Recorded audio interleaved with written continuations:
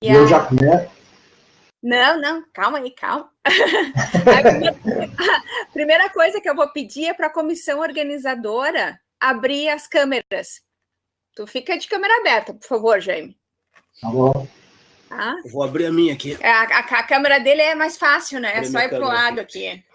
Uhum. Aí a Miriam, eu, Giovanni. Adilson. A Andressa. Andréia, Lilian. Uhum. Vamos ver se vai caber todo mundo. Cabe sim. A Ju pode aparecer do lado disso. Aqui.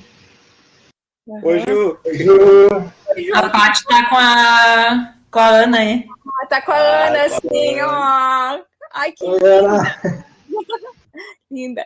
Gente, então, muito obrigada para a comissão organizadora. Obrigado, Jaime, pelo convite, né? O Felipe. Oi, Felipe. Tem o Guilherme também. Bom, se ele não conseguiu, tudo bem. Bem, além desses, tem a Andréia, que não está aparecendo ali. Vamos ver ela vai dar um recado. E o Guilherme. A André está digitando, vamos ver.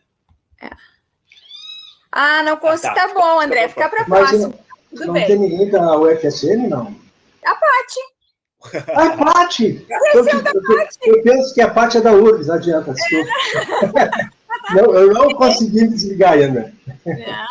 Tem a Paty da UFSM, a Miriam da URGS, o Adilson da FURG, aí a maior equipe é da UFPEL, que sou eu, Giovanni, a Andréia, que não conseguiu abrir, a Liliana, a Andressa, o Felipe e o Guilherme, que não conseguiu abrir também. Poxa, gente, que legal. Por isso que a gente ligou bastante, viu?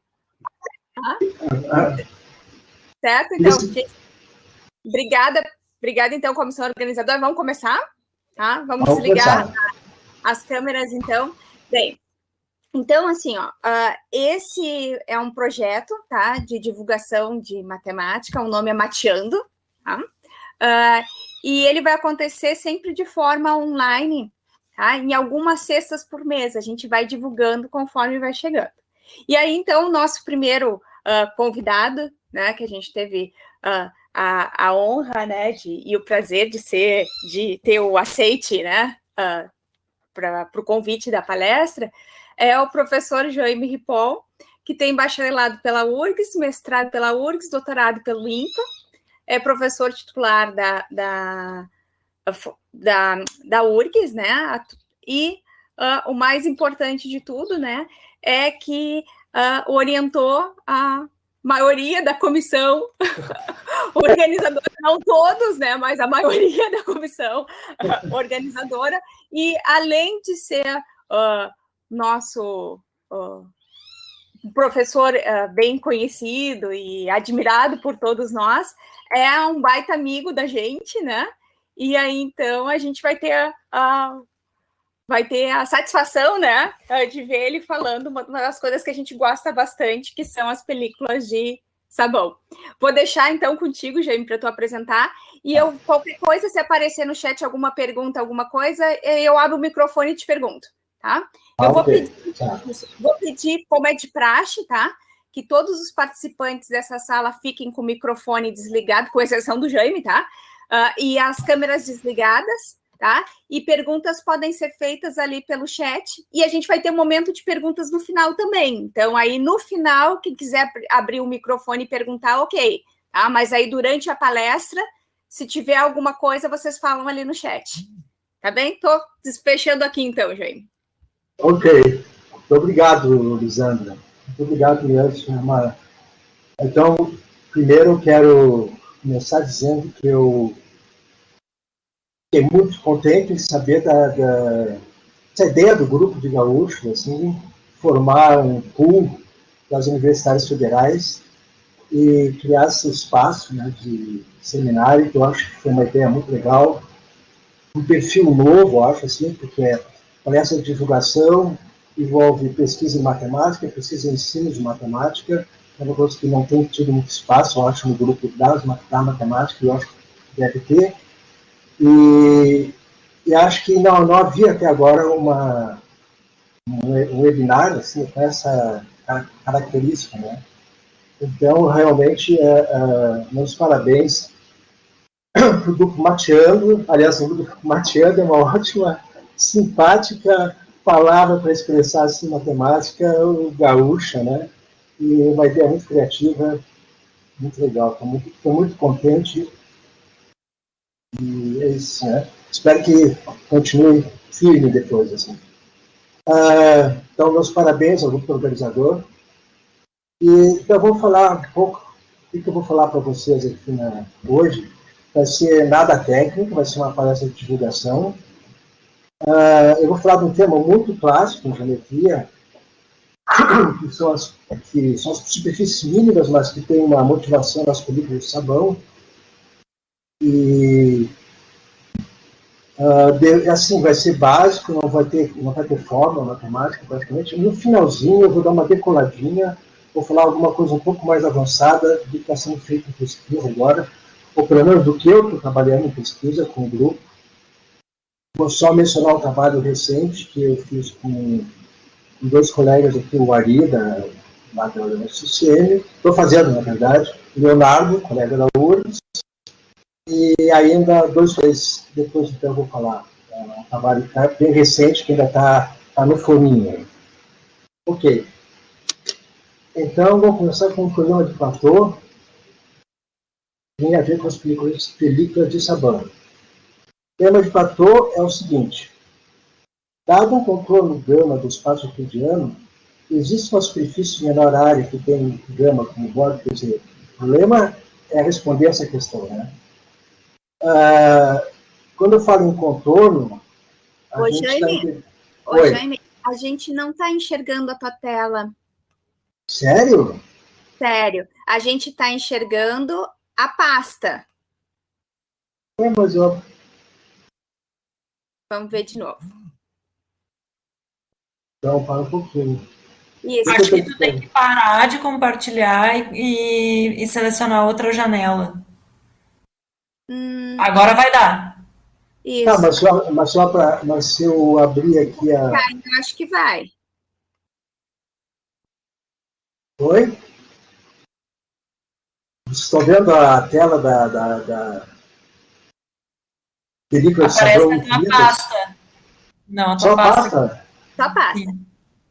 Que estranho. Então eu não sei como fazer, sinceramente. Como é que eu vou... Isso. Eu entendi. Então tem que fechar de novo. Espera aí. Isso. E compartilhar nova janela aberta. Obrigado, Gerson. Só que, como eu vou passar o texto da palestra, só vai ter vídeos, vai ter coisas, como é que eu vou ter que compartilhar aqui, assim? Eu acho, Jaime, que tu tem a opção de compartilhar toda a tela e não uma janela só. Entendi. Quando tu pede para compartilhar, tenta. Foi como a gente fez aquele dia. Tu compartilhou a tela inteira. Isso. Tá.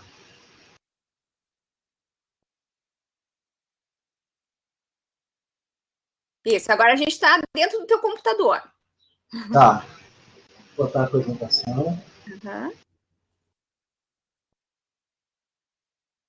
E agora? Agora sim.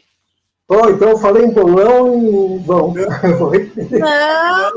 Não. Quando a gente viu o comecinho ali, começou a falar, a gente viu quando tu ia falar do problema de platô, a gente percebeu. A gente percebeu que estava faltando alguma coisa.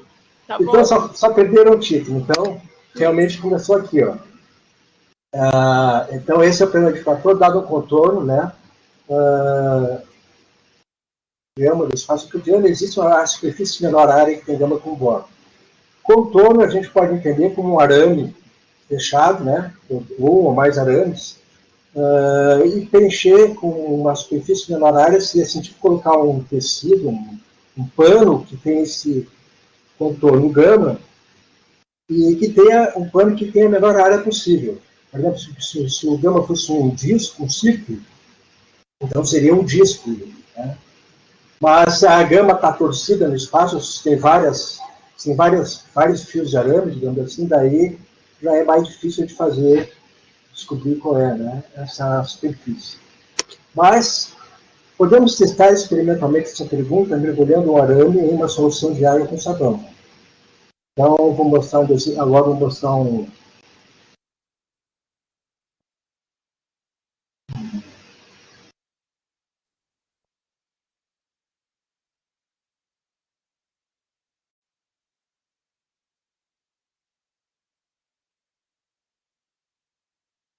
Está enxergando? Tudo certinho, está me enxergando sim. Ótimo. Então, aqui nesse caso, por exemplo, são dois contornos de arame que a gente coloca numa solução de água com sabão. Em geral, a gente coloca eles pertinho um do outro, coloca, se forma uma película, daí a gente tira e distancia um pouquinho e aparece uma coisa desse tipo, que tem um formato parecido com uma superfície que a gente conhece muito em geometria, que é o catenoide. Mas não é um catenoide, primeiro, porque é um modelo real, o catenoide é um modelo matemático, e segundo, que os boros ali no catenoide são círculos, aí são próximos aos círculos, né?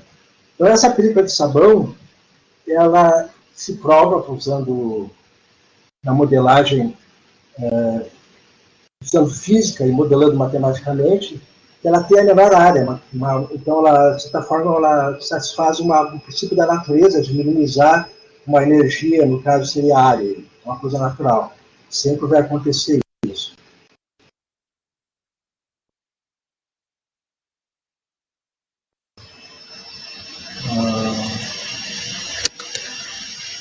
Bom, Tibor Hador e Jesse Douglas expressaram de maneira precisa esse problema em linguagem matemática, quer dizer, e provaram que a resposta é sim, sob condições bem gerais do ponto de vista prático, no início do século XX. Eles formularam matematicamente e provaram matematicamente que existia uma solução para esse problema naquela modelagem que eles fizeram. A condição que eles colocaram é que gama, o contorno, tenha comprimento finito. E eu perguntaria assim, alguém duvidaria disso, né? Imagina um fio de arame, poderia não ter comprimento finito. Só que quando a gente faz a modelagem matemática desse problema prático, a gente tem que definir o que é um contorno, exatamente. O contorno acaba sendo matematicamente definido como uma curva, um conceito que tem uma noção muito precisa, e para curvas que a gente trabalha no problema de Platô, realmente elas podem ter comprimento, em princípio pode ter comprimento infinito. Por exemplo, os fractais, a curva poderia ser tipo um fractal, digamos, né? Uma curva contínua de comprimento infinito. Embora olhando, vocês olham assim, vão ver uma coisa finita, parece que é finita. Mas só que ele é muito cheio de contorno, toda oscilante, na verdade, o comprimento seria sempre infinito. Acaba sendo infinito.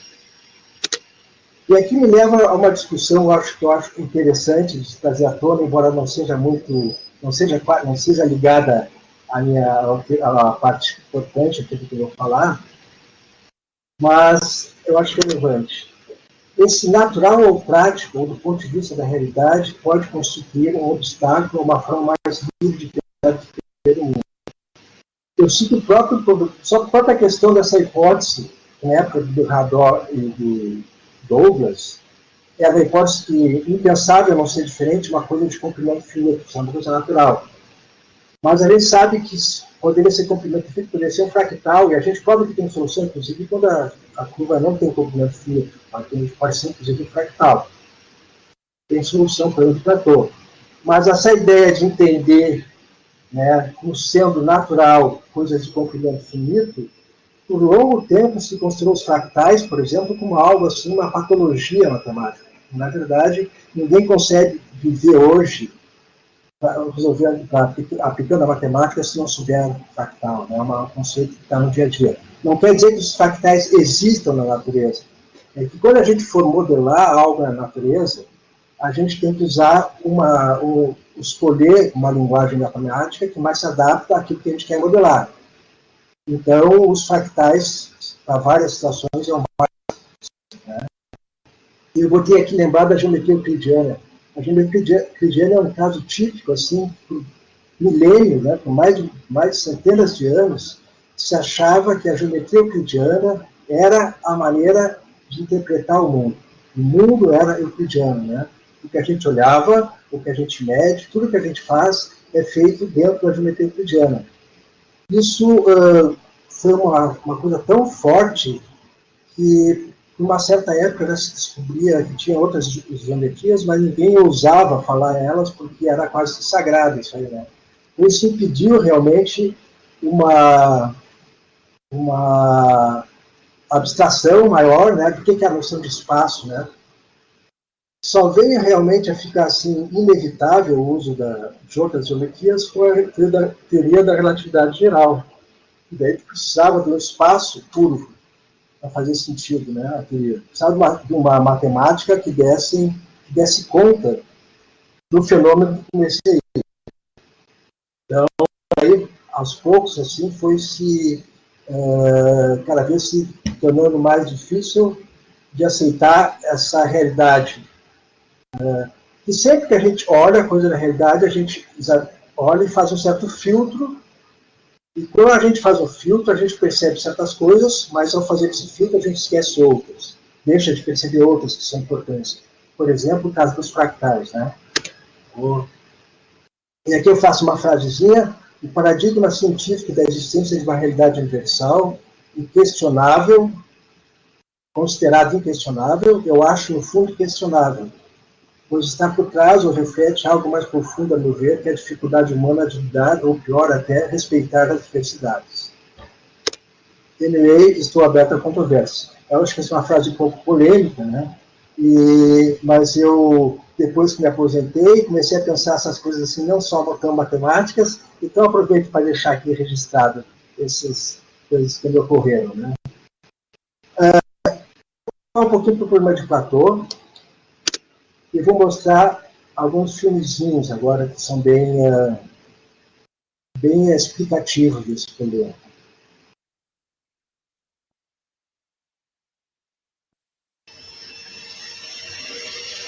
Tranquilo, tá me enxergando.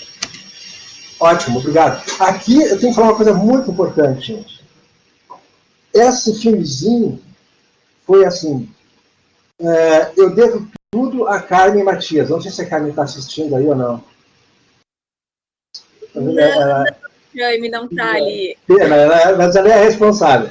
A Carmen foi minha aluna de doutorado e sempre ela vestiu muito a camiseta. Ela, assim, quando ela estava estudando, ela se ia de corpo e alma assim, nas coisas, para entender tudo que podia. E uma vez, bom, eu acho que talvez ela tivesse fosse sair, porque eu acho que foi numa cerimônia de entrega de medalha de matemática, de Olimpíada de Matemática, para gente, para mim, não sei, para o grupo da geometria, falar um pouco sobre geometria, né, para fazer uma coisa que fosse mais atraente para os alunos e para dar uma ideia do que seria pesquisa na faculdade ou em pós-graduação, coisa assim, né. Daí a Carmen cavou esses fiozinhos que eu vou mostrar para vocês. E eu até tinha perdido os filmezinhos. Só que o ano retrasado, 2019, fui dar uma palestra em Juazeiro do Norte. E eu usei não essa mesma palestra, foi outra, e eu usei esses filmezinhos aqui, por sorte a Carmen tinha ainda, porque eles não estavam mais disponíveis no site que ela retirou, né? Então, bom, vou deixar um agradecimento para a Carmen aqui, depois, se vocês puderem, transmitam a ela, por favor. Então,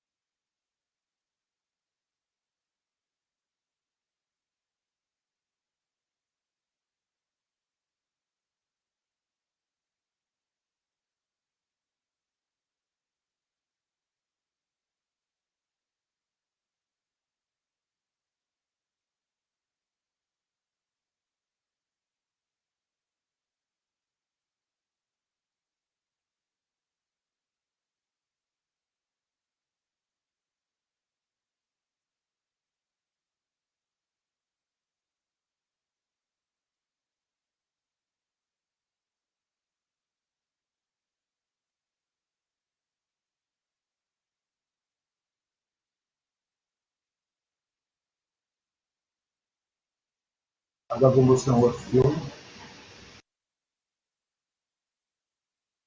Ó, essa aqui é o Catenoide. Aqui esse filme mostra essa animação, ela começa com dois círculos no bordo ali, né, no contorno, é o Catenoide, e ele deforma um pouco, muda o desse círculo, uma figura, um contorno vai se entortando, e origina o que se chama superfície diêmica. Tem alta interseção.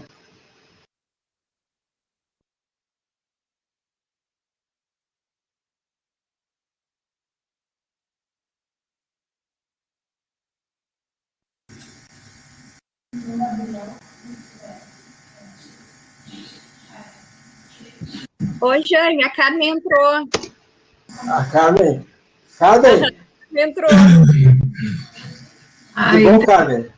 Tudo bom? Eu tô sem aula. Eu acabei de dizer que eu devo esses filmes, que tu descobriu isso na internet, né? Oi, Carmen. Oi, faz tempo. Faz tempo. Não, pois quando foi minha aluna. A minha dúvida se foi a Carmen agora, professora do FSM, né? Colega. Estamos trabalhando juntos também novamente. Não tem mais no site, né? Eu procurei e acho que tiraram realmente, não está mais disponível. Tu foi a Juazeiro do Norte, acho que estava em Juazeiro do Norte também, né? Tava. E daí eu apresentei, mas então foi lá naquela época que eu guardei desde então. Então, pô, obrigado, Carmen. Imagina. Vou continuar aqui.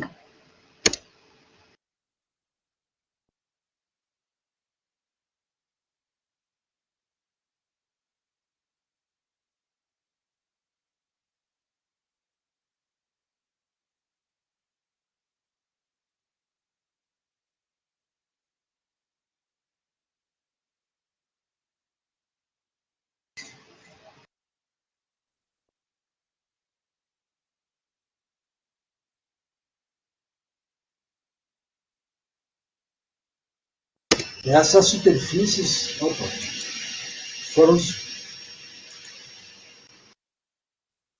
Agora o helicóide. Essas anteriores, esse helicóide com dois alças, assim, são coisas bem modernas, foram descobertas mais recentemente. O que é importante agora, muito conhecido, é o helicóide.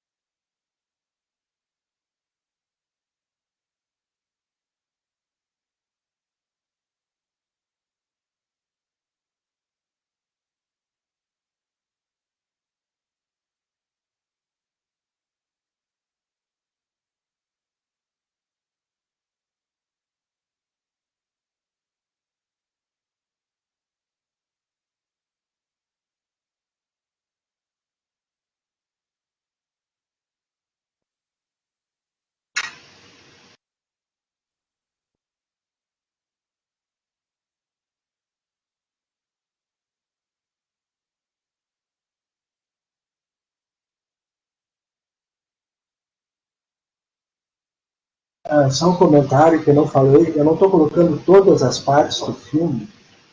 Na verdade, assim, esse filme se passa em um colegial, indo para uma espécie de uma exposição de superfície mínima, o clima de Platão.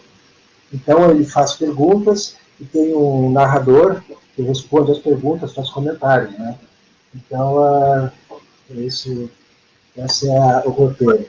Ô, James, só para tu saber, tá sem som, é para estar sem som mesmo o vídeo, né? Não, o vídeo tem som. Tá, mas não tá saindo o som pra gente. Aí, se não, é tão lindo o som. Como é que eu tenho que fazer aqui? Pois é, eu acho que de repente tu só conta o que tá vendo, mas ali tá escrito, né? Então eu só vou contar. É que a música é linda, mas não faz mal. Então tá. A Carmen botou o link pro pessoal baixar os vídeos, quem tiver interesse. Ótimo. Muito bom, cara. Obrigado. Vamos lá, então.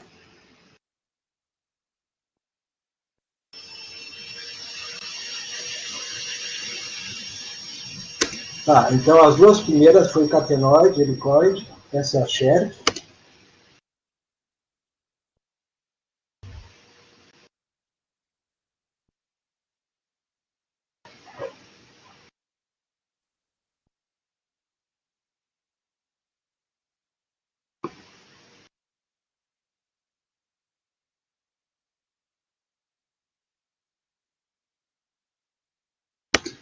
Essa é a superfície que quem descobriu foi o Riemann, em 1968. A mais bonita superfície mínima que existe, foi inventada, talvez ainda venha a ser inventada. Ela é linda. Elas são pedaços de catenoides, mas não são verdadeiramente catenoides, são parecidos, né? Um sobre o outro, e ela se estende para cima, para baixo e para os lados. Assim, é uma superfície ilimitada.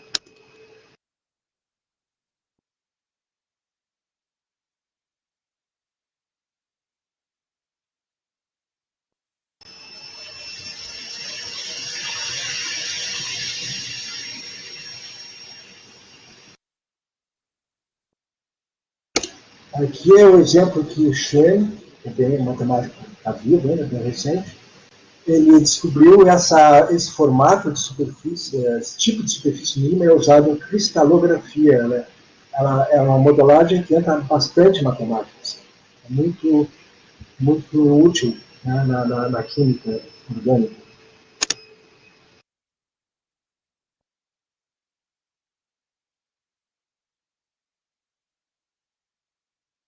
Eles falam que pegaram a Emitter e colocaram uma alça, um buraco.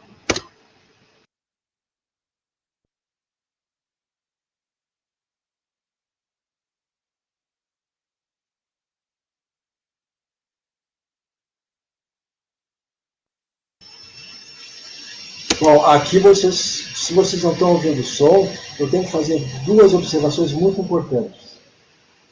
E quando vocês forem ouvir os vídeos, vocês escutar com som, primeiro ele fala o seguinte, ele fala que a superfície foi descoberta pelo computador, porque é uma baita bobagem. O computador não descobre nada. O computador desenhou essa superfície. E a segunda coisa é que a superfície, quem descobriu a superfície realmente foi o Celso Costa, o primeiro nome que aparece ali na parede, em 1972. Eu acho que o pessoal da parte gráfica, de computação gráfica, porque aconteceu assim. Quando ele descobriu, na verdade, eu estava iniciando meu doutorado lá no INPA, em 1972, foi julho, agosto, eu tinha recém-chegado lá, não tinha nem mês ainda de tempo, e eu fui assistir à defesa do Costa. E daí o Celso Costa conseguiu as equações dessa superfície, que é bastante sofisticada, né, uma teoria bastante sofisticada de equações de funções elípticas, e só que quando terminou a tese, eu me lembro assim como se fosse hoje, o pessoal fez um comentário, depois foi todo mundo lá para o quadro negro tentar desenhar, porque ele só tinha as equações matemáticas, a gente não tinha ideia de como era, principalmente esse miolo da superfície. Ela é difícil realmente de entender. A gente não sabia se ela tinha autointerseções ou não. Então, ficou aquela dúvida. E daí, o Mix e o Hoffman, David Hoffman e William Mix, eles, lá nos Estados Unidos, eles botaram as equações. Naquela época não tinha computação gráfica, era bem pouco desenvolvida ainda, mas assim, nos anos seguintes, desenvolveu e conseguiram colocar as equações no computador e viram que ela tinha exatamente esse formato que aparece aqui. Mas a descoberta, realmente, o pessoal da computação não tem ideia, né? Mas fez esse desenho atribuíram ao Hoffman Mix, mas realmente a parte matemática é do Celso Costa, e só ele deve, digamos, a autoria dessa superfície.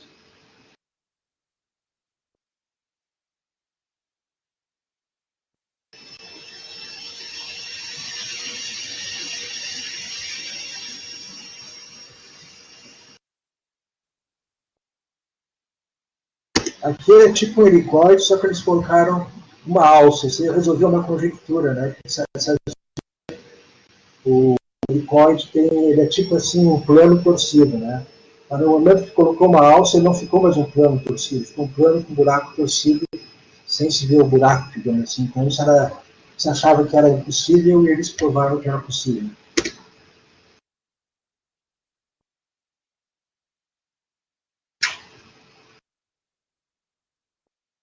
Aqui é só uma brincadeira que ele está dizendo, o narrador diz que é a superfície que ele está inventando.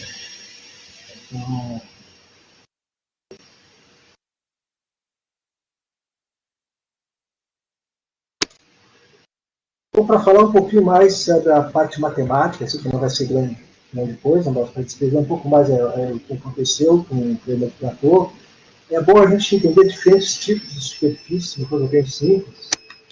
Superfícies com bordo, como no problema de Platô, certamente todas as superfícies têm bordo. A própria construção do problema de Platô, ela aparece com bordo. Mas tem superfícies sem bordo, tipo esferas, toros e planos. Vamos ver aqui o desenho.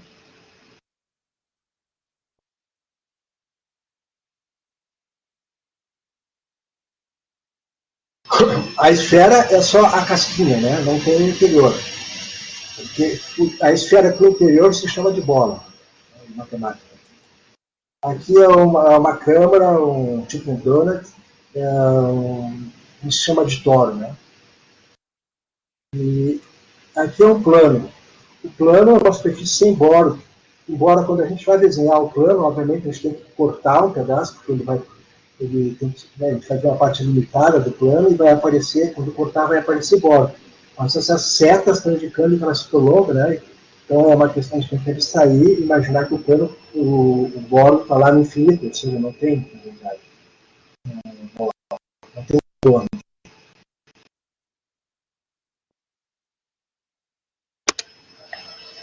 Superfícies limitadas com ou sem bordo, superfícies limitadas com ou sem bordo. Costuma-se usar a denominação ilimitada no lugar de infinito. Eu falei assim, o título da minha fala aqui é película de sabão infinita. Mas o mais usado, né, o mais certo, que é uma questão de convenção, né, seria uma superfície, película de sabão ilimitada, seria o termo mais apropriado matematicamente falando. Mas também dá para usar infinito. Planos paraboloides, né, tem mais algum exemplo aqui?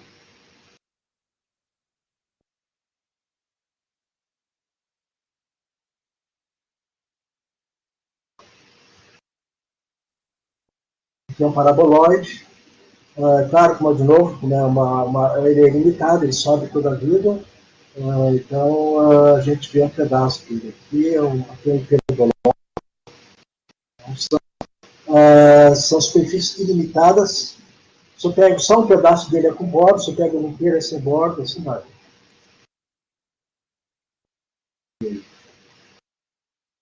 Superfícies M do R3 que são gráficos. Gráficos são superfícies M, são dessa forma assim.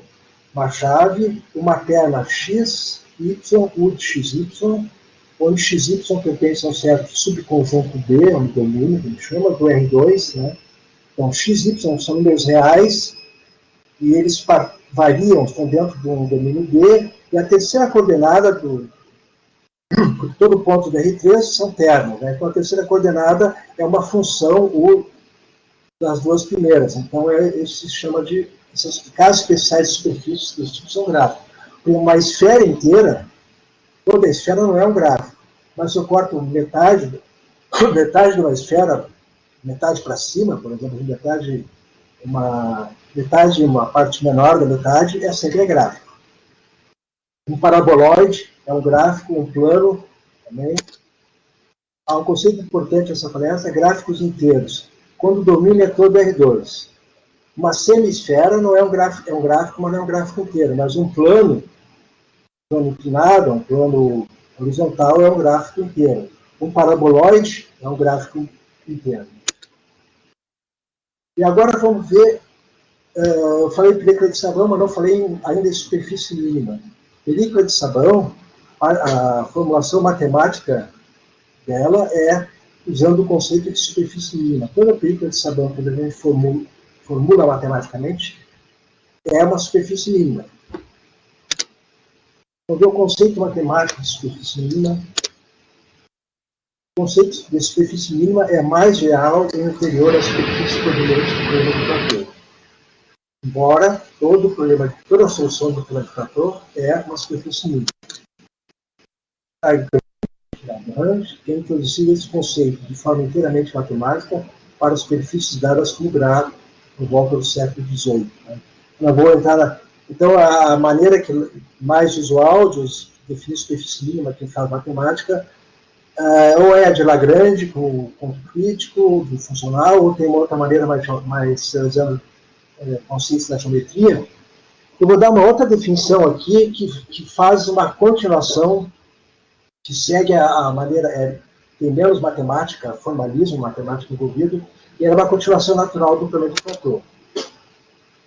Uma superfície M do espaço euclidiano R3 é dita mínima se, dado um ponto qualquer P de ele, existe uma bola B do espaço com centro em P, tal que se emitiu e a porção de ele dentro de B, ou seja, usando linguagem de três conjuntos, emitiu é a ele interseção com B, lembrar que a bola sempre é uma coisa sólida, né? É a esfera mais interior. Então, quando a gente intercepta, a gente obtém um pedaço de superfície emitil, e se gama é a curva do Born do emitil, então a área de emitil é a menor entre as áreas de todas as superfícies que tem gama com o Born. Aí eu botei uma coisa aqui que não era para botar cuidado e imersão. Isso aqui, desculpe, para me lembrar e eu acabei deixando aí. É só porque tem que ter um cuidado tecnicamente, em geral, uma superfície mínima, a matemática pode voltar sobre si mesmo várias vezes, então a gente trabalha com a noção de imersão, mas isso aqui não interessa para nós aqui. Podemos deixar para o nosso contexto ficar perfeitamente adequada essa definição. Dizemos que B é uma bola minimizante. A noção de bola minimizante é importante para o que vamos ver a seguir, tem a ver com as películas de sabão. Superfícies mínimas podem ser sem borda e ilimitadas, uma observação. Então, é importante aqui, porque toda a superfície mínima que vem lá do problema de Platão, certamente ela é limitada e tem borda.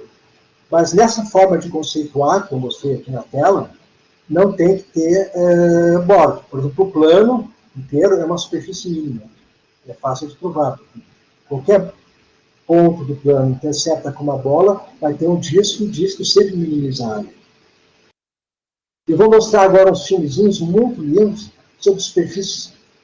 Aliás, essas superfícies anteriores que a gente viu, todas anteriores, o helicoide, o catenoide, são sem borda. Elas se prolongam para o infinito. Só que a gente só vê uma porção dela, mas na verdade elas são superfícies ilimitadas, mínimas e ilimitadas. E sem borda.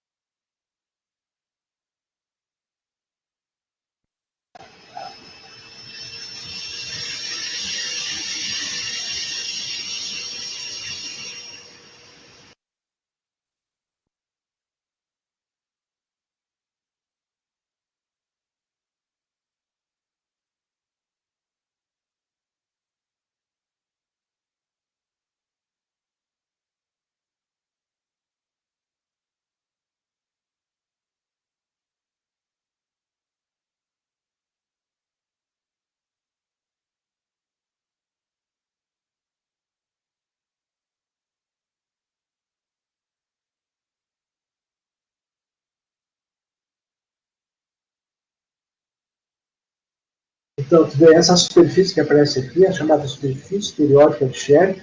Ela tem aquele pedacinho ali que aparece, aquele contorno, que a gente vai repetindo no peso padrão, ele se espalha para a direita, para a esquerda, para a direita, e para cima, como a gente acerta um plano, assim, vertical. Então, uma coisa dá mais noção de como ela pode ser imensa na superfície mínima.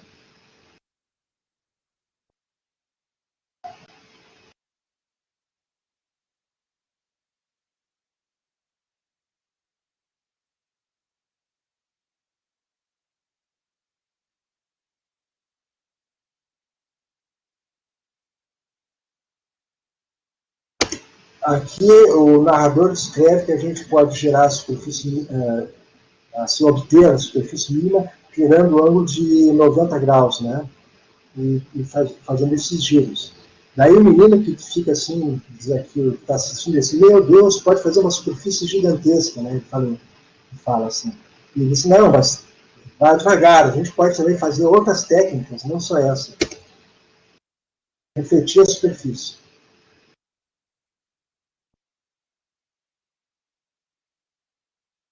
Ele está dizendo que sempre que tem uma reta, se a gente ela é formada por retas verticais, né? Sempre que tem uma superfície mínima contém uma reta, a gente pode refletir a superfície mínima na reta. Vai fazer agora isso.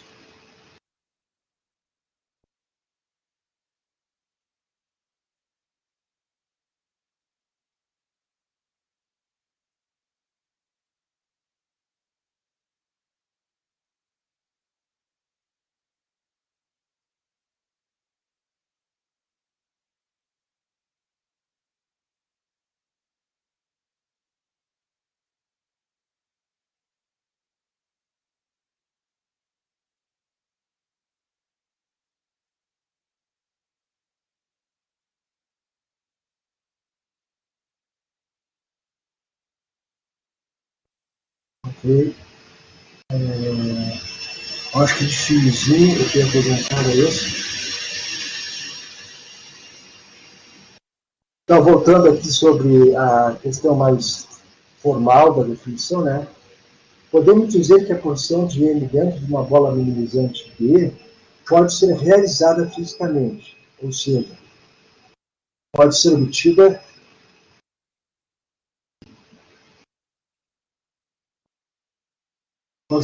com uma película de sabão cujo contorno é a curva gama igual a S interseção com M, onde S é a esfera órbita de B. Ou seja, sempre que a gente pega uma bola minimizante e intercepta uma superfície, aquela porção que a gente obtém digamos assim, se pudesse realizar fisicamente o experimento, seria um pedaço de uma película de sabão. Bom, agora vem uma pergunta crucial, né, para o título da minha fala. O que seria uma película de sabão infinita? Aí você tem que pensar o seguinte. Suponha que ele seja uma superfície mínima, ilimitada e sem bola. Sabemos que, dado um ponto P de N, existe uma bola B sentada em P que é minimizante. Pergunta natural. O que acontece se pegarmos bolas com raios maiores do que o raio de B? Essas bolas continuarão a ser minimizantes?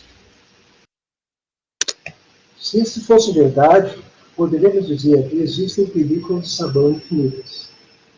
Porque vocês imaginem uma superfície mínima ilimitada, tipo a Sacheric, periódica ou um cartenoide. Daí vocês pegam uma bola de trilhões e trilhões e trilhões de quilômetros, intercepta com essa superfície, e se ela for uma bola minimizante ainda, possam obter uma gigantesca porção de uma superfície mínima, que vai ser, se tivesse um balde suficientemente grande, com água e sabão, a gente ia mergulhar aquele contorno e ia tirar aquele pedaço de superfície ali. Com o raio, a gente pode infinito fazendo isso. Então, a gente pode, assim, com um esforço um pouco de abstração, dizer que essa seria uma superfície, uma película de sabão infinita, uma superfície mínima que seria película de sabão infinita, ilimitada, né? Eu diria, alguém conhece algum exemplo? Deixa a pergunta aí para ninguém chuta um exemplo aí. Tem um exemplo que todo mundo sabe, que é o plano. O plano é uma película de sabão infinita. Por maior que seja o raio, sempre vai ter um disco, e o disco sempre vai minimizar. Então, o plano. Agora, uma pergunta super. Existem outras além do plano? Então, esse foi um problema que levou um tempo para ser resolvido, só foi resolvido agora mais assim, recentemente. Um dos matemáticos que resolveu ainda está vivo, o outro foi o professor Manfredo, faleceu faz poucos anos. Muita gente trabalhando de saber, tentar responder se haveria outra superfície, seria uma película de sabão infinita. Então tem o teorema do Manfredo, do Carmo, Disse Capeng, não é Capenga, é Capeng, é um chinês. Eu acho que ele está vivo. Ele é mais jovem, não é mais jovem que o Manfredo. Eu procurei na internet, mas não descobri onde é que ele anda. Eles provaram o seguinte, em 1979, os planos são as únicas películas de sabor infinito entre o espaço euclidiano. Não tem outra além do plano. Isso significa que, em particular, em todos os exemplos de superfícies mínimas que vimos anteriormente, acontece o seguinte. Dado um ponto P de M, existe um raio, um R, um real, que vai ser um raio, suficientemente grande, tal que se M igual a M, interseção com SRP, SRP é a esfera centrada nesse ponto P que a gente selecionou, de raio R, tal que ao botarmos o gama em uma solução com padrão, você não é a parte limitada de M que tem gama como contorno. Certo? Com certeza absoluta. Por exemplo, vou imaginar um catenoide. Pegue um catenoide. O catenoide não é uma película de sabão completa. Significa que você pega um ponto do catenoide e pega uma bola muito grande, não é? A gente pode até calcular, dependendo do catenoide que a gente está considerando, a gente vai interceptar com o catenoide. Se a gente pegar uma bola o que vai interceptar? Vai ser 2 círculos paralelos. Vai conseguir. No princípio, acho que sim, né? 2 círculos paralelos. Daí, vai ter aquela porção do catenoide entre 2 círculos ali. O que acontece se vocês pegarem aqueles 2 círculos e colocarem dentro d'água? Vai aparecer uma película de sabão, vai ser um outro catenoide, mas o outro catenoide não vai vir tão para dentro. Esse catenoide aqui, ele entra muito para dentro e sai. Esse outro catenoide que você botar dentro da água, só vai ser um catenoide mais gordinho. Ou seja, dar 2 círculos, mede um catenoide aqueles círculos. Um catenoide que é o que minimiza, que é o catenoide estável, que a gente diz, que é o que a gente consegue retirar na natureza, e tem um outro catenoide, que é uma superfície mínima, que a gente jamais vai conseguir obter na natureza, porque ele não minimiza, ele é instável. Então, no que sacudir um pouquinho, ele desaparece, né? Ele se rompe. Né? Então, isso vai ser por qualquer superfície que vocês imaginarem, né? A não ser o plano. Então, aí chega assim, mas enfim, essa conversa de película de sabor infinito é só balela, né? Porque só tem o plano, isso é um pouco sem graça, né? A gente está morrendo assim, não existe película de sabor infinito. A questão, agora entra a horas aí falando assim, do espaço euclidiano, né? O espaço euclidiano é um tipo especial de espaço.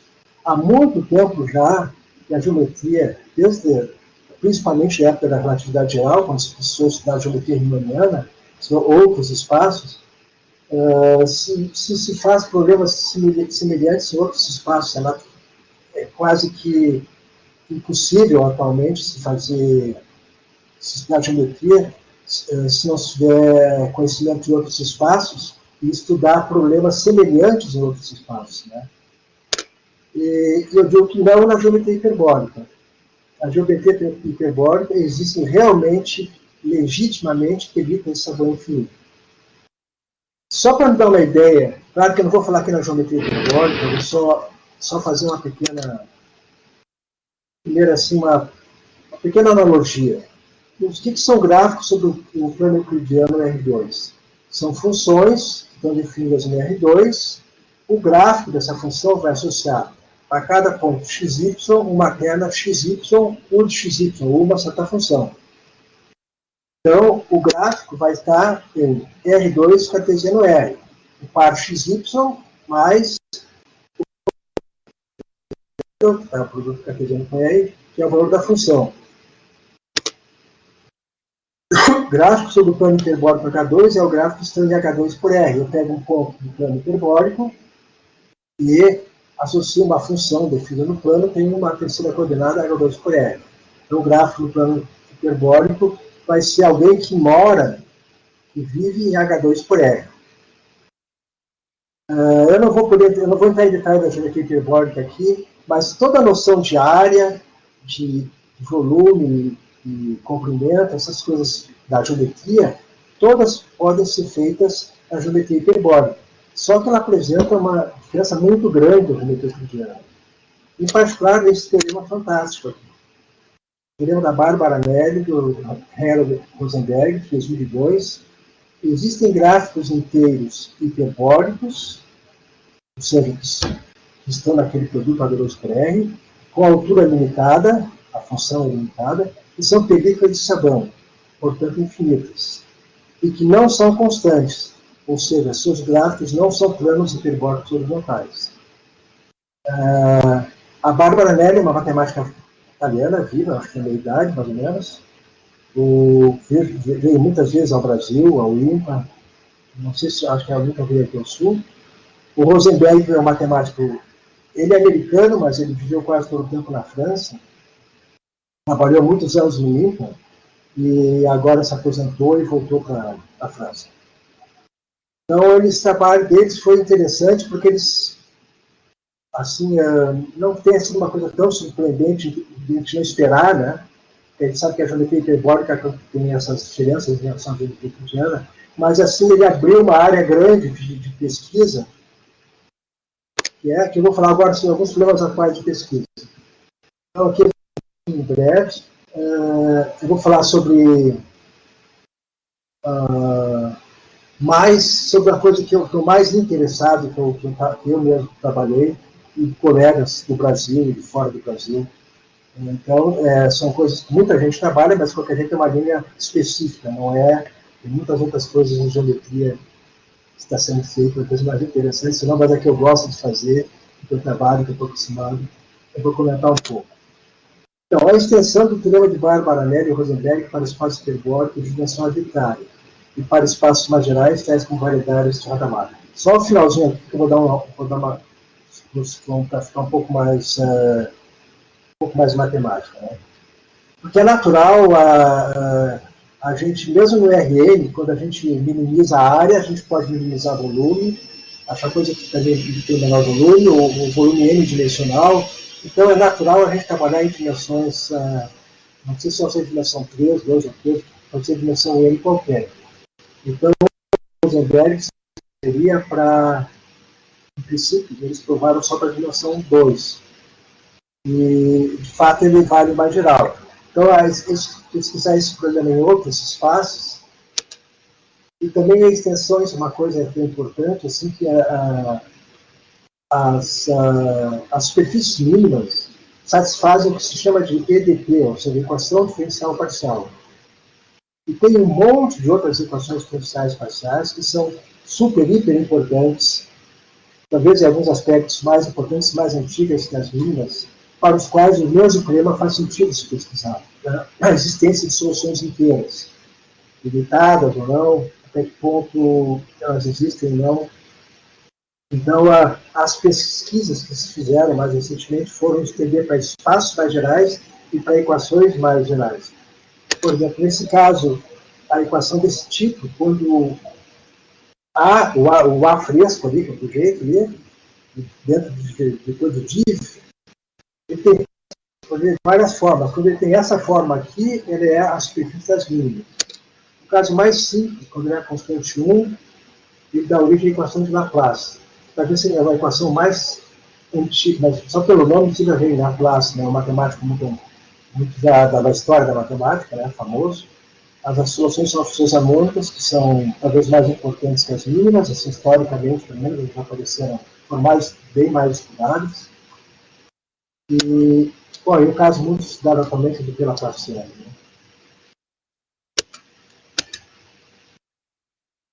Isso refere-se a questões envolvendo soluções inteiras, a pesquisa atingiu um estágio bastante satisfatório e os problemas que restam são bastante difíceis. As técnicas ficaram bastante sofisticadas. Então, se eu fosse explicar para vocês um pouco isso aqui, ficaria muito difícil, né? Seria muito técnico. Não é difícil, é técnico, né? Tem que produzir uma linguagem, então eu preferi ir para um outro lado, um assunto que eu estou fazendo agora, que eu recentemente, né, os colegas, e que é mais fácil de explicar. Para chegar nesse resultado, eu vou primeiro falar uma coisa anterior, que é o resultado do Manfredo do Carmo, é um termo anterior dele. Anterior àquele que eu falei, da qual ele prova que não existem superfícies película de sabão no R3. Né?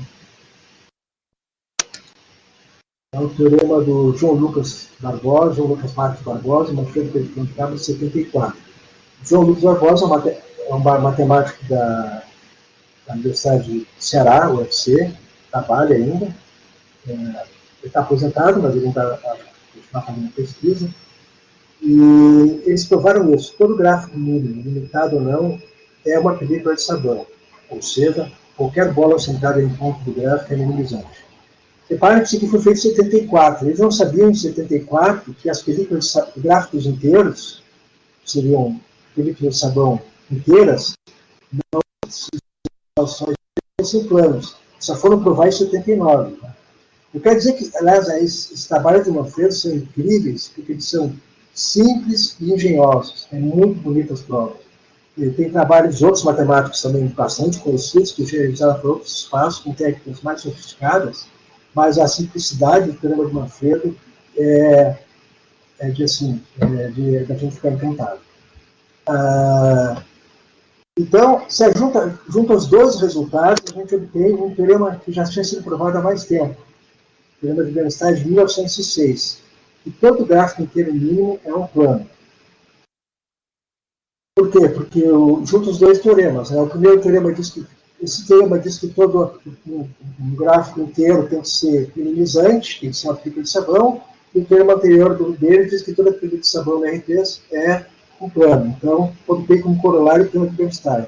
O que é interessante é que a prova de Bernstein é completamente diferente da prova dessas provas que saem do teorema de Manfredo, desses dois teoremas de Manfredo, um com o Peng e outro com o Barbosa.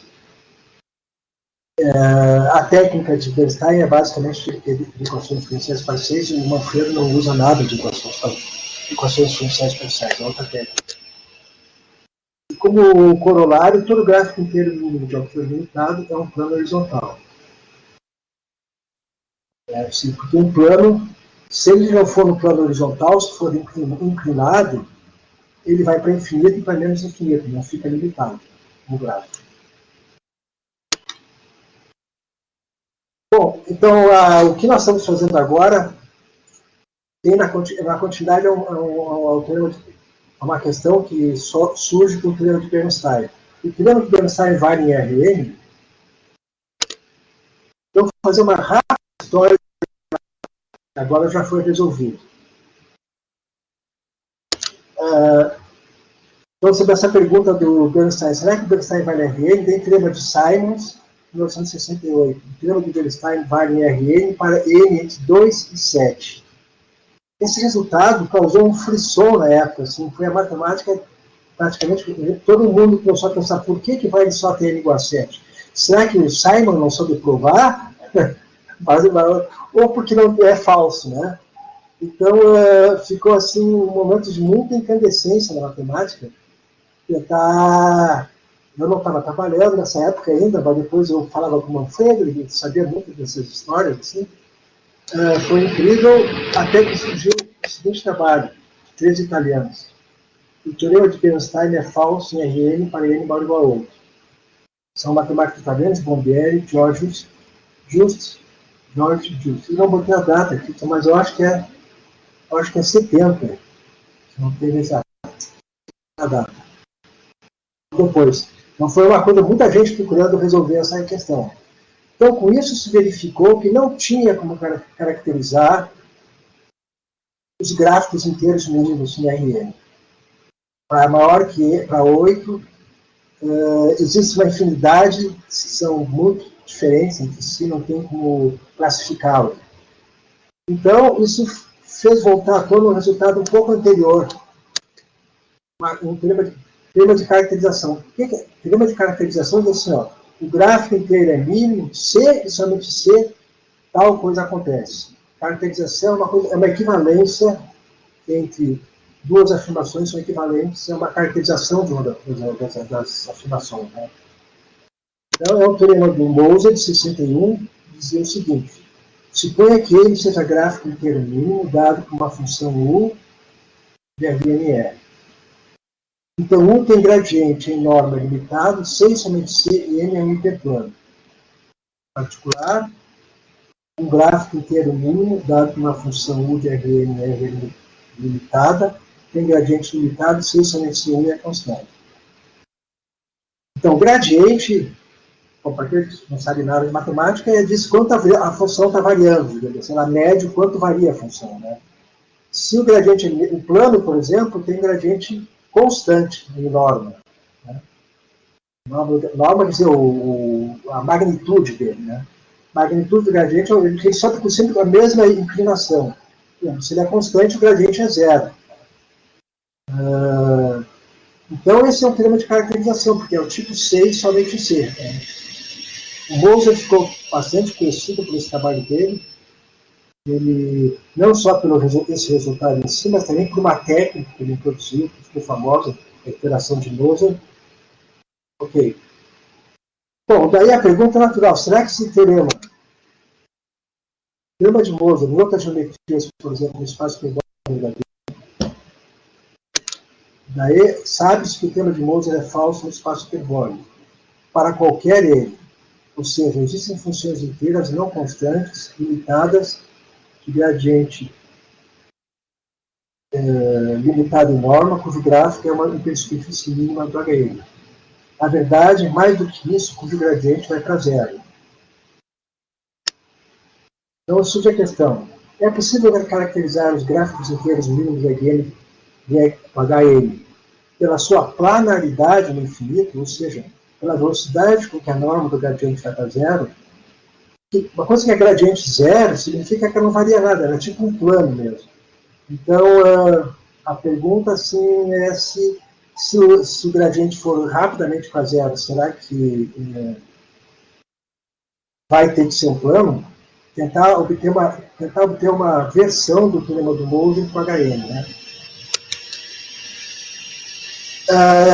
Só assim, sem o resultado que eu fiz com os colegas, a gente fez uma classe mais geral de equações. São equações que satisfazem o princípio da comparação. A gente fez uma equação diferencial parcial em HN que satisfaz o princípio da comparação quando, dadas as soluções U e V dessa IDP, equação diferencial parcial, em um domínio limitado ômega do HN, se uma função U é menor ou igual a V no bordo de ômega, então U é menor ou igual a V em todo ômega. O princípio da comparação talvez seja uma das ferramentas mais importantes na teoria das equações diferenciais parciais. Praticamente não existe teoria das equações diferenciais parciais se não se consegue provar o teorema de comparação. É básico para a construção de várias construções dependem desse princípio. Né? Tem um matemático famoso, Serrin, faleceu há alguns anos atrás, que ele disse assim que é a maior resultado das equações diferenciais é o princípio da comparação. Então, tem o teorema, o resultado do Ari, do Leonardo, do eu, do Marco Sorrey e da Marine de lado. O Ari e o Leonardo todo mundo conhece, né? Eu aqui também. O Marc Sorrey é um matemático francês, ele trabalha na Universidade de Tours, na França. A Marina Villar é também francesa, trabalha muito com o Marc Sorrey, só que ela não está ligada a nenhuma universidade. A Marina Villar tem uma coisa assim, tudo matemático, dá para fazer pesquisa que você deve fazer. Ela trabalha para o CNRS, que é tipo o CNPq francês.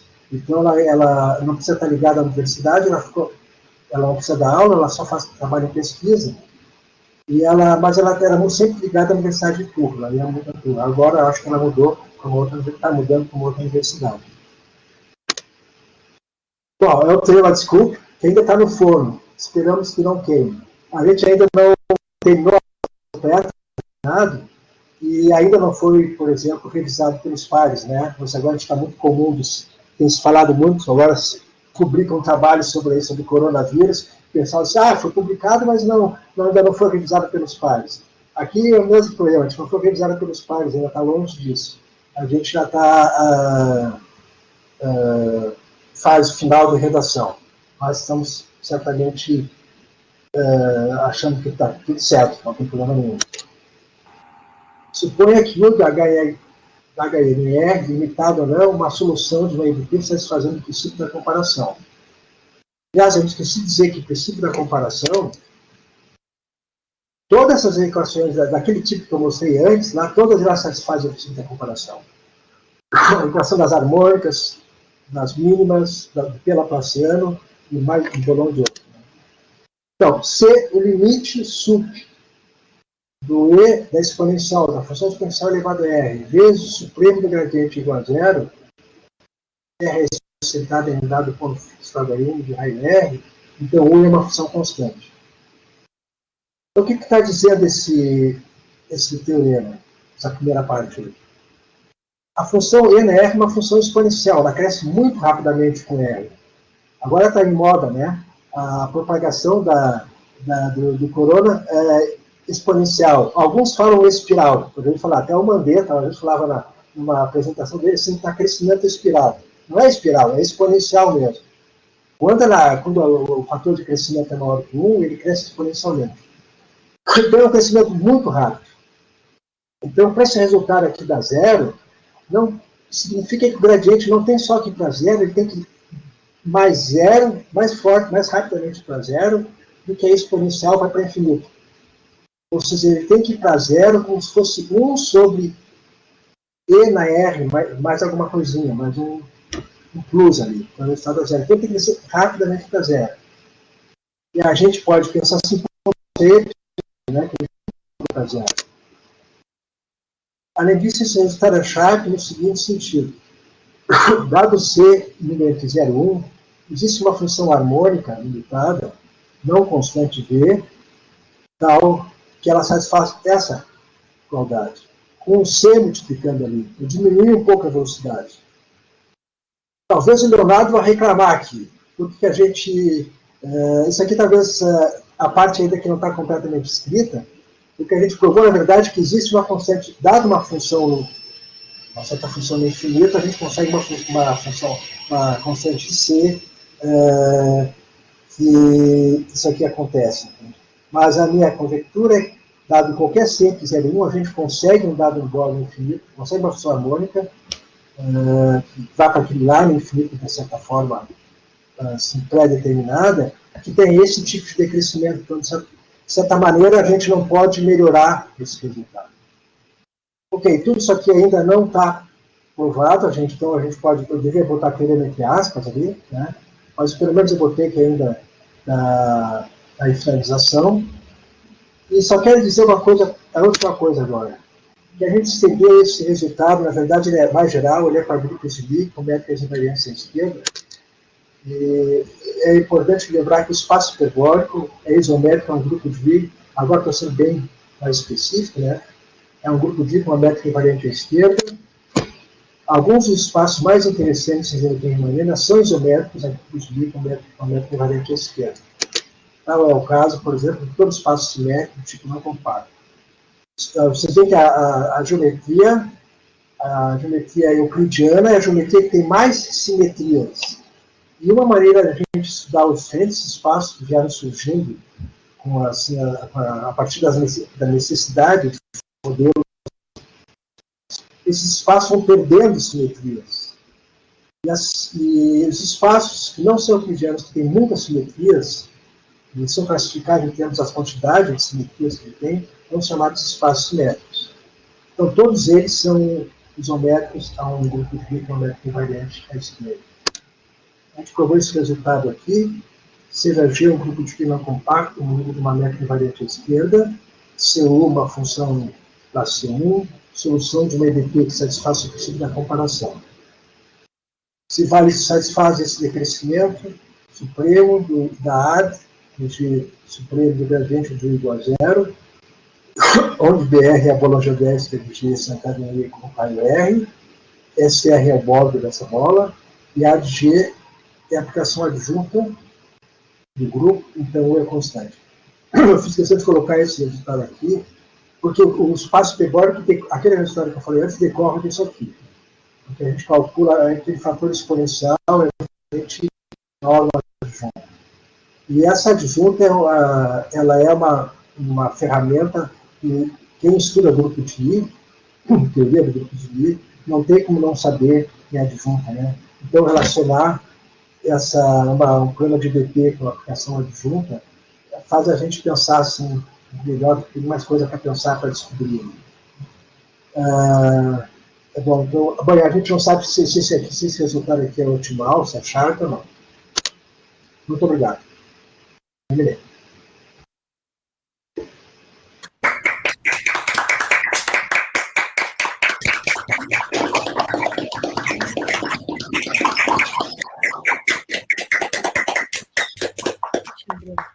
Perguntas, né, pessoal? Aliás, podia ter feito pergunta a qualquer momento. Pois é, gente. Eu estava acompanhando, eu e o Giovanni estávamos acompanhando ali o chat, ninguém perguntou ainda, acho que o pessoal deixou para os momentos da pergunta, né? Bem, com relação ao teu teorema com o Ari, com o Leonardo e os demais, tá com cara de que o fermento vai ser bom também. A Miriam escreveu que acha que não vai queimar, eu também acho que não vai queimar, e acho que vai crescer bastante também, não é só... Tá? Antes que o pessoal... gente, quem tiver dúvidas, por favor, escreva ali no chat. Mas eu tenho uma pergunta para te fazer, Jaime. Assim, ó, quando tu estava falando da planalidade, né, a planalidade, né, da superfície, que é como que ela vai abrindo, né? Isso tem a ver com o que chamam de fim da superfície? Ou não? Sim, em geral, não, a planalidade mede como o fim vai. Né?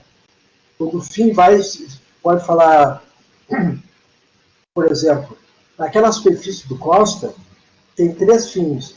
Em cima é um tipo... Está escutando? Estou escutando, sim. Pode ter uma mensagem de erro aqui, mas agora acabou.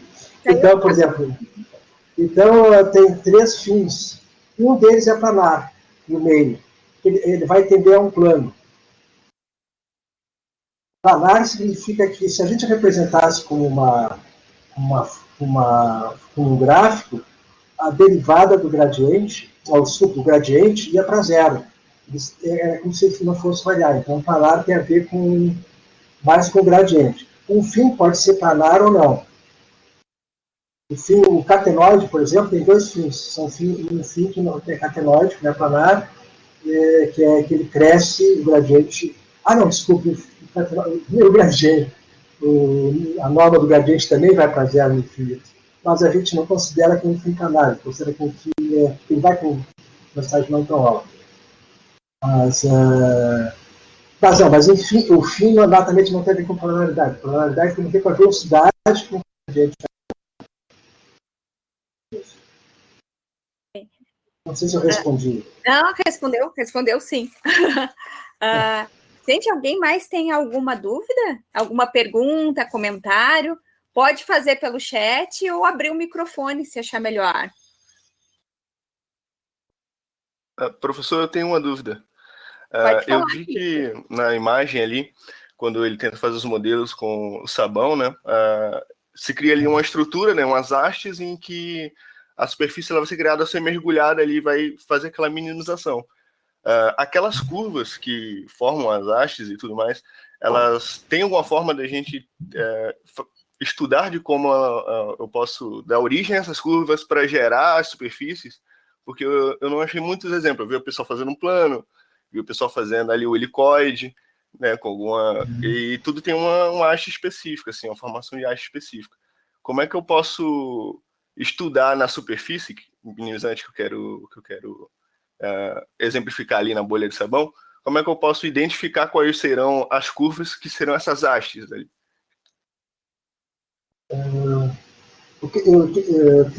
Como assim? A haste quer dizer é o contorno. Isso, contorno. E para saber que tipo de superfície vai ser quando a gente varia o contorno? Isso. Por exemplo, você tem ali o helicoide. Né? O helicoide eu preciso de um contorno que seja em forma de mola, né? E uma haste estrutural que vai passar no meio ali, que quando eu mergulhar na bolha de sabão, a bolha ela vai fazer o trabalho de minimizar, né, a superfície e formar aquele desenho que a gente vê como helicoide. Né? Então ali eu tenho dois tipos de curvas no R3 ali que vão me gerar essa superfície, né? Que vai ser essa hélice, né? esse parafuso, e a reta. Sim. Mas aquela reta, ela fica dentro da superfície, nem consegue Isso, ver ela fica dentro da superfície. superfície, ela não está na parte do bordo. E, em geral, eu não sei, digamos assim, tu quer prever uma superfície, prescrever ela e gerar ela dando uma haste correspondente, um contorno? Isso, como o modelo é feito, né? Não, o modelo você tem que dar primeiro o contorno, depois a superfície, né? Isso. Agora, da superfície achar o modelo, O contorno, isso não virar, porque assim a superfície mínima, em geral, se põe uma superfície ao acaso, a chance de ela ser mínima é muito pequena. Assim. Dificilmente ela vai minimizar a área, uma superfície. Pega um pedaço da esfera, não é uma área, jamais vai ser uma superfície mínima. Não sei se eu estou respondendo a tua pergunta, talvez. Sim. Em geral, a gente não consegue responder isso, não tem como saber. Entendi. Uma coisa, Rosário, que eu não falei aqui, é muito interessante, tem contornos que a gente coloca dentro da água com sabão, de uma superfície minimizante pode sair. A gente não tem unicidade. Às vezes a gente coloca na água com sabão, tira, vem uma coisa. Depois coloca, tira, vem outra. É uma coisa muito interessante. As duas são estáveis. O que vai gerar uma depende do movimento que tu faz com a mão, depende da forma como tu colocou a teu contorno dentro da água com sabão. Vai aparecer uma ou vai aparecer outra. As duas é possível ter não unicidade de superfície mínima. Esse é um detalhe. Eu não sei bem, Felipe. Muito obrigado, professor. Muito obrigado. De nada. Tá? Gente, mais alguma pergunta?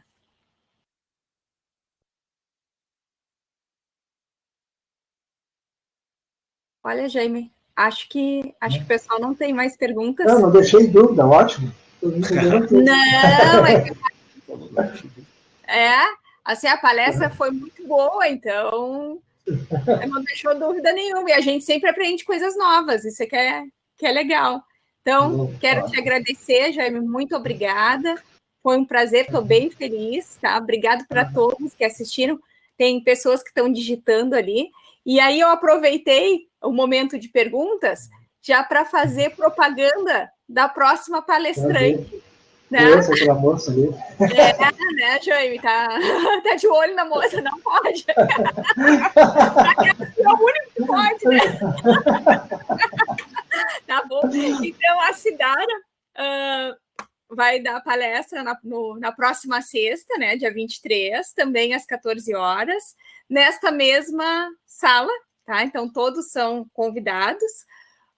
Obrigada novamente pela palestra, tá? Eu que agradeço o convite. A possibilidade de falar aqui foi muito bom. E por favor, o pessoal que assistiu, preencha o formulário de presenças, tá? Os certificados, eles vão vir no final do projeto, lá depois do dia 10 de dezembro, que aí a gente emite um único certificado por todas as horas que vocês assistiram. A Juliana está escrevendo excelente palestra, muito obrigado, professor. Obrigado. O Ari também, muito legal a palestra. Tá, tem várias pessoas digitando e te agradecendo, tá? Além da comissão organizadora, né? Agradecer o pessoal que está assistindo também, tá? Certo? A Carmen também, tá? Ótimo. Depois eu te envio o link, Jaime, da gravação, envio o link também. Tá. A gente vai colocar no YouTube, tá? Essa gravação, tá bom? Tá. Então tá. Obrigada, Jaime. Obrigado a todos pela presença. Obrigada. Tchau. Obrigado para todos que participaram. Obrigado.